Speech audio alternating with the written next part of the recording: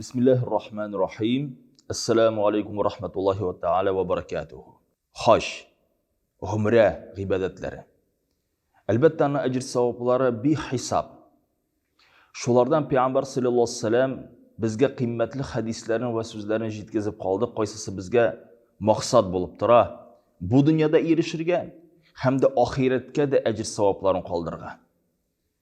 Birinchi musulmonning maqsadi u jahannam o'tindan ozod bo'lib, Alloh subhanahu rahmati jannatga hisobsiz erishirgan.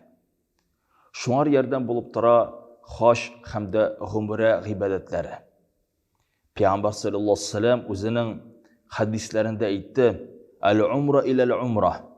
Umradan ikkinchi umraga, ya'ni iki umra orasida. Kaffaratu lima baynahuma wal hajj mabrur lahu jaza illa al-jannah.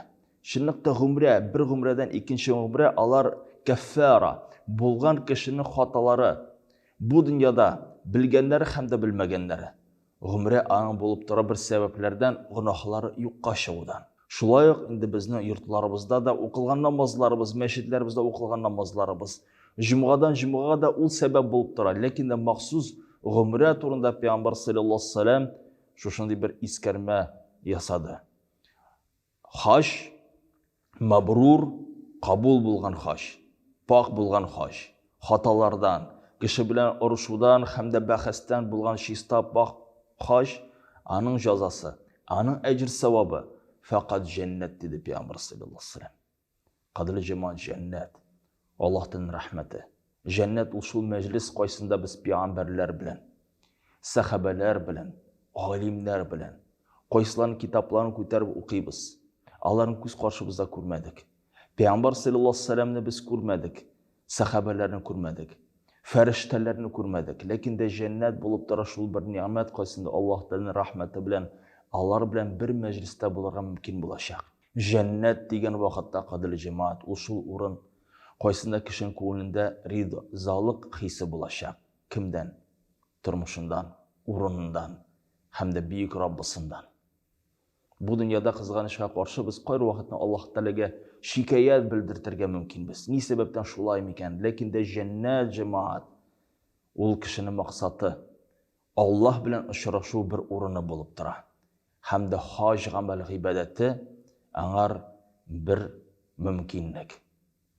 Haj amal ibodatida kishi Ka'batulloh qarshida bosib turgan vaqtda millionlagan musulmonlar tavoflar qilalar.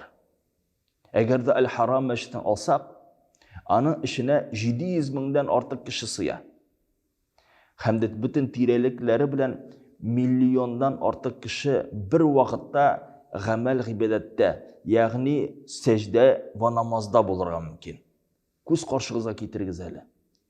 Qozonning yortisi yoki hatto yortisidan ko'proq xalq bir mezgilda namoz o'qirga mumkin ushbu Al-Haram jilliklarında.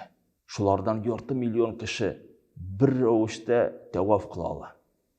Shu mezgillarda musulmon kishisi Ka'batulloh qarshida bosib turganda, u faqat bir o'zi Alloh qarshida bosib turgan hislarni kechiradi.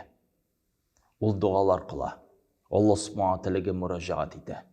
Hamda albatta shu fazilatga erishir uchun u ming'irlagan chaqirimlarni uzadi. O'zining mol mulkatini sola, halal kuch bilan topgan mol mulkatin. Agarda musulmon kishisi yolg'on yo'l bilan topilgan mol mulkat bilan haj qilsa, haji qabul bo'lami? Balki uni ustidan tushar, lekin de ajr savobidan mahrum bo'lar. Shunlarda hajning zo'r bir ulushi bo'lib tura, halal mol bilan, halal kuch bilan topgan mol mulkat bilan haj qilu. Agarda kishi halal mol bilan topgan kuch bilan hajin qilgan vaqtda Makkaga kirgan vaqtda farishtalar uni salamlar bilan qarshi olalar.